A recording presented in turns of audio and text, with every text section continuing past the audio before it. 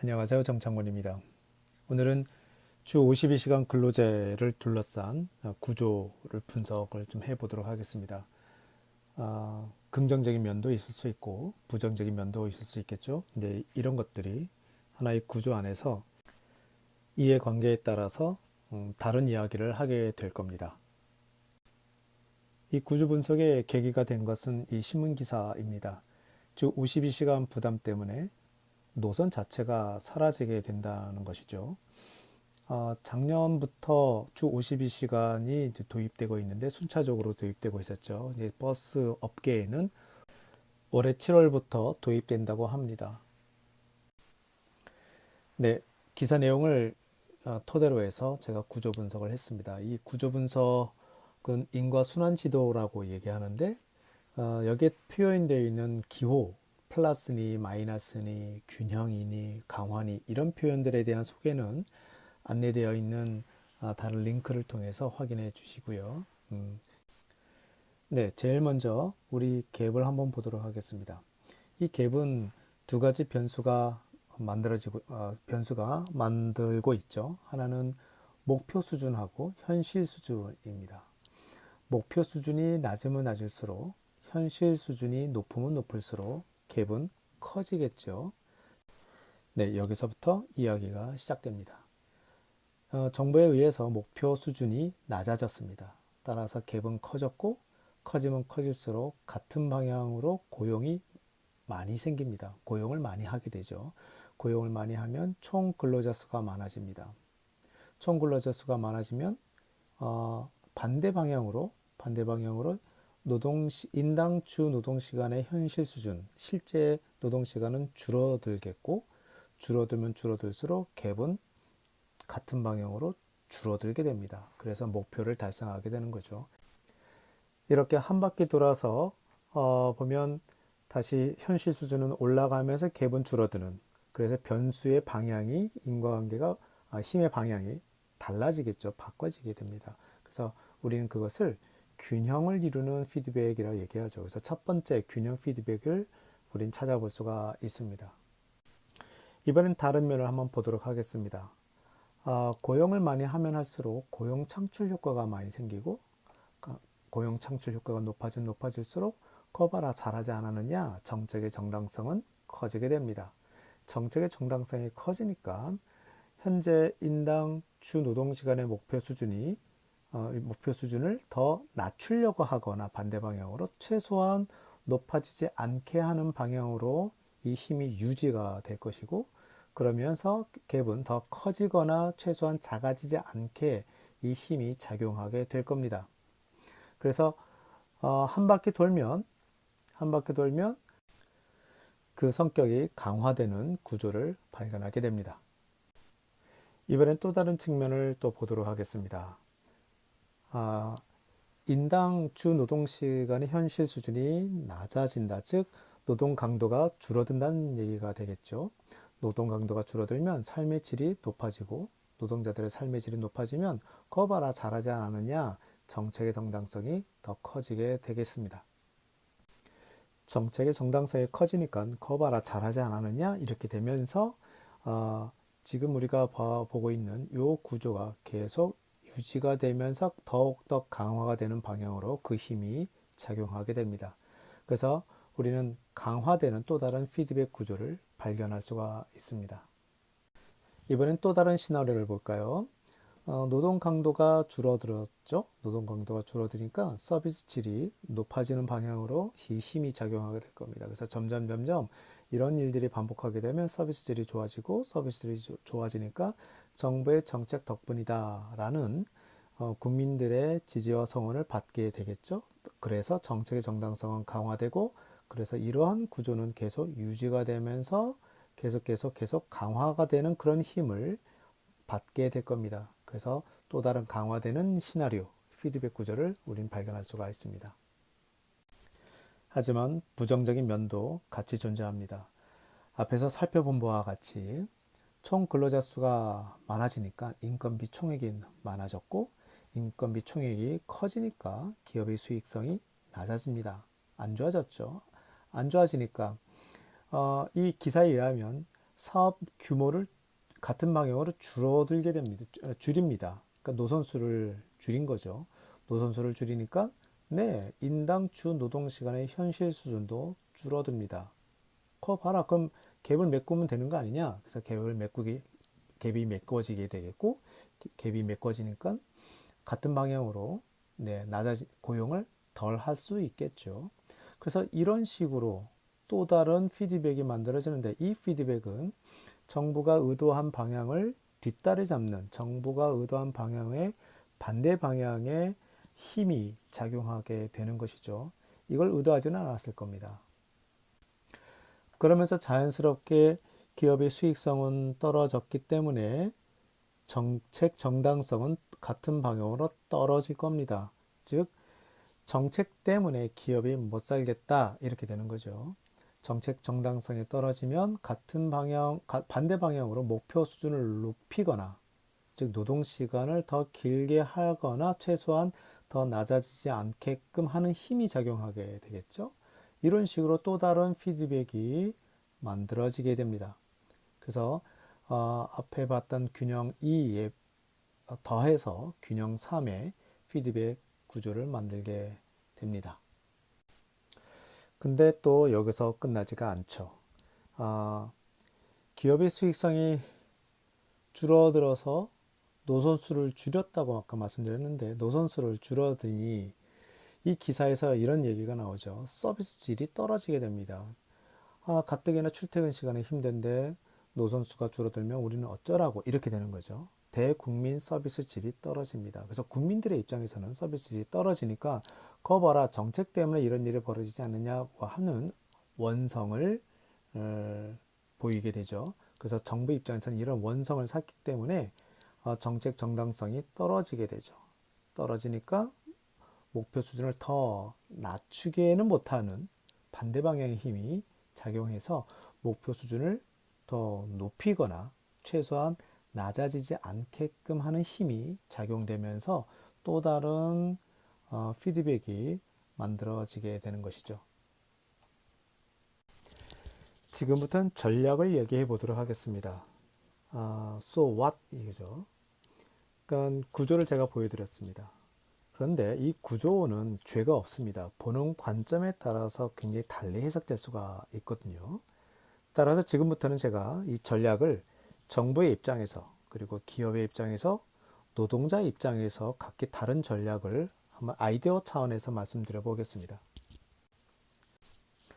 구조를 분석한 다음에는 각기 이해관계자들의 입장에서 전략을 만드는 거 아주 쉽습니다. 원칙이 있거든요. 이 원칙만 따라가시면 이 전략을 만드는 것은 그렇게 어렵지가 않습니다. 그 원칙은 바로 가까운 인과관계를 공략하라는 겁니다. 인과관계를 더 강한 인과관계를 만들거나 또는 그 인과관계를 무력화시키거나, 이 두 가지 방법을 사용해야 됩니다. 이제 정부 입장에서 전략을 세워보도록 해보겠습니다. 네, 정부 입장에서 가장 눈여겨봐야 할 것이 정책 정당성이죠.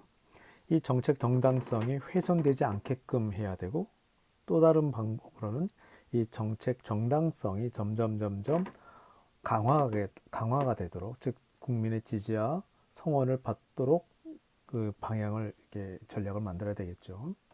그러면 이 정책 정당성의 인과관계가 뭐가 있나요? 그 화살표를 보면 4개가 들어옵니다. 즉 고용 창출 효과가 많을수록, 삶의 질이 높아질수록, 국민들이 느끼는 서비스의 질이 높아질수록, 그리고 기업의 수익성이 좋아지면 좋아질수록 정책의 정당성은 더 옹호되고 강화됩니다. 먼저 고용 창출 효과 면에서를 보면, 고용 창출 효과가 많아지게 하기 위해서는 고용이 많이 돼야 되겠죠. 고용이 많이 되려면 갭이 커져야 됩니다. 근데 여기서 볼까요? 현실 수준과 목표 수준 사이의 갭은 커졌는데, 기업의 입장에서, 고용주 입장에서 고용을 안 하면, 갭이 커지면 고용을 많이 해야 되는데 갭이 커져도 고용을 안 하면 요 인과관계가 무력화되면 안 되잖아요. 그래서 인과관계가 잘 유지가 되는지 정부 입장에서는 어떻게 해야 된다? 잘 모니터링 해야 되겠죠. 즉, 이 목표 수준에 다다르지 않는 사업장이 어디 있는지 잘 모니터링해서 관리 감독을 해서 실질적인 고용이 나오게끔 하는 것이 첫 번째 전략이 될 수 있겠죠. 정부 입장에서는요. 두 번째, 삶의 질을 볼까요? 노동자 입장에서 삶의 질이 좋아지면 정부 덕분에 예, 인당 주 노동 시간을 낮춰준 덕분에 삶의 질이 좋아졌습니다. 라고 이 노동자로부터의 지지와 성원을 받아야 됩니다. 그러면 삶의 질은 노동 강도가 줄어들기 때문에 생기는 거 아니겠습니까? 아하, 그러면 정부 입장에서는 이 부분을 홍보해야 되겠죠. 자, 여러분, 노동 강도가 줄어들었으니 이제 여러분들의 삶은 좋아질 겁니다. 좋아지고 있어요. 라고 홍보를 해야 되고 실질적인 삶의 질을 높일 수 있는 대안을, 아이디어를 여러 가지 제공해 줘야 되겠죠. 뭐가 있을까요? 여러 가지 아이디어가 있을 수 있겠죠. 시간상 생략하도록 하겠습니다. 또 다른 인과관계를 볼까요? 이건 또 어떤가요? 노동 강도는요, 인당 주 노동 시간의 현실 수준이 낮아질수록 노동 강도는 줄어듭니다. 그건 당연하겠죠. 그런데 이 현실 수준이 낮아지게 하는 요 인과관계는 뭔가요? 총 근로자 수가 많아지면 반대 방향으로 한 사람의 노동 시간이 줄어들어야 되는데 정부 입장에서 이걸 잘 지켜봐야 되겠죠. 근로자 수는 많아졌는데 현실적으로 실질적인 노동 시간이 인당 노동 시간이 줄어들지 않는다. 이러면 안 되지 않습니까? 따라서 정부 입장에서는 관리 감독을 통해서 총 근로자 수가 많아졌는데도 불구하고 야근을 한다든지 기타 등등의 이유로 노동 시간이 줄어들지 않는지를 잘 살펴봐야 될 겁니다. 네, 정부 입장에서 바라봤을 때 또 다른 관리 포인트가 어디 있을까요? 바로 서비스 질이라고 얘기할 수 있겠죠. 국민들이 느끼는 서비스의 질이 정책 때문에 좋아졌다고 생각하면 정책의 정당성은 더 커질 겁니다. 그런데 문제가 있습니다. 이 서비스 질은 두 가지 인과관계로 연결되어 있다고 제가 분석을 했습니다. 네, 하나는 노동 강도가 줄어드니 반대 방향으로 서비스 질은 좋아질 거라는 것이고요. 또 하나는 사업 규모가 작아지면, 사업 규모가 줄어들면, 즉 노선수가 줄어들면 서비스 질은 더 안 좋아진다는 겁니다. 여기서 생각할 수 있는 전략 포인트는 두 가지가 되겠죠. 하나는 이 노동 강도에서 서비스 질로 가는 이 인과관계를 강화시키는 겁니다. 그리고 노동 강도가 줄어들었으니 서비스 질은 정말 좋아졌다는 것을 느끼게끔 하는 그 무언가의 아이디어가 필요하다는 것이고요.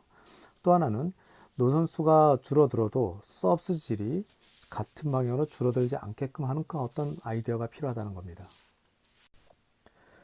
그런데 이게 어렵죠. 노선수가 줄어들었는데 서비스 질이 떨어지지 않게끔 할 수 있는 방법이 있을까요? 참 어려울 겁니다. 그래서 시선을 돌려서 기업의 수익성을 좀 살펴보겠습니다. 기업의 수익성이 떨어지니 노선수를 줄인 거 아니겠냐는 거죠. 따라서 기업의 수익성이 줄어들어도 노선수를 줄이지 않게 할 수 있는 방법이 있다면 참 좋겠죠. 한 발 더 가볼까요? 그러면 기업의 수익성이 떨어지는 이유는 인건비 총액이 높아지니까 기업의 수익성이 떨어지는 거 아니겠습니까? 따라서 이 인과관계를 무력화시킨다면 수익성도 나빠지지 않고 노선수도 줄이지 않아서 서비스 질이 유지가 되거나 좋아지게 된다는 거죠. 이 인과관계를 무력화시킬 수 있는 방법이 뭘까요? 인건비 총액은 늘어났습니다. 수익성은 떨어지지 않게 해야 됩니다. 예를 들어서 세제 혜택을 준다든지 여러 가지 아이디어를 혹시 정부 입장에서 펼칠 수 있는 게 없는지 살펴봐야 된다는 것이죠. 정부 입장에서 살펴볼 수 있는 마지막 전략은 바로 이 부분이죠. 기업의 수익성이 떨어지니까 기업들이 정책에 대해서 반감을 사게 되는데 이 인과관계를 무력화시키는 방법 뭐가 있을까요? 이제 기업의 입장에서 살펴보겠습니다. 뭐니 해도 기업의 수익성을 살펴봐야 되겠죠. 이 기업의 수익성에 직접적으로 영향을 미치는 가까운 인과관계는 뭘까요? 바로 여기 인건비가 되겠죠. 인건비 총액이 높아지니 기업의 수익성이 떨어진다는 거 아니겠습니까? 그러면 따라서 인건비 총액이 늘어나도 기업의 수익성이 떨어지지 않게끔 하는 방법, 매출을 올리거나 아니면 세금을 덜 내거나 다른 비용을 줄이거나 이런 어떤 아이디어를 내야 되겠죠. 좀 더 들어가 볼까요? 인건비 총액을 늘리지 않게끔 하는 방법이 뭐가 있을까요? 가까운 인과관계는 총 근로자 수가 많아졌기 때문에 그렇다고 하는데, 그러면 총 근로자 수가 늘어나도 인건비 총액이 늘어나지 않게끔 하는 방법이 뭐가 있을까요? 그리고 한 발짝 더 들어가 보겠습니다. 약간 다른 이야기입니다. 방금은 총 근로자 수가 많아져도 인건비 총액이 늘어나지 않게 하는 아이디어를 한번 생각해 보자는 건데, 지금은 고용을 해도 총 근로자 수가 늘어나지 않게끔 하는 방법이 있겠냐는 거죠. 그러면 문제가 해결되는 거 아니겠습니까? 고용은 되는데 총 근로자 수가 늘어나지 않는다. 즉, 기존 근로자 중에서 누군가가 해고가 돼야 되겠죠. 황당하다고 생각하시나요?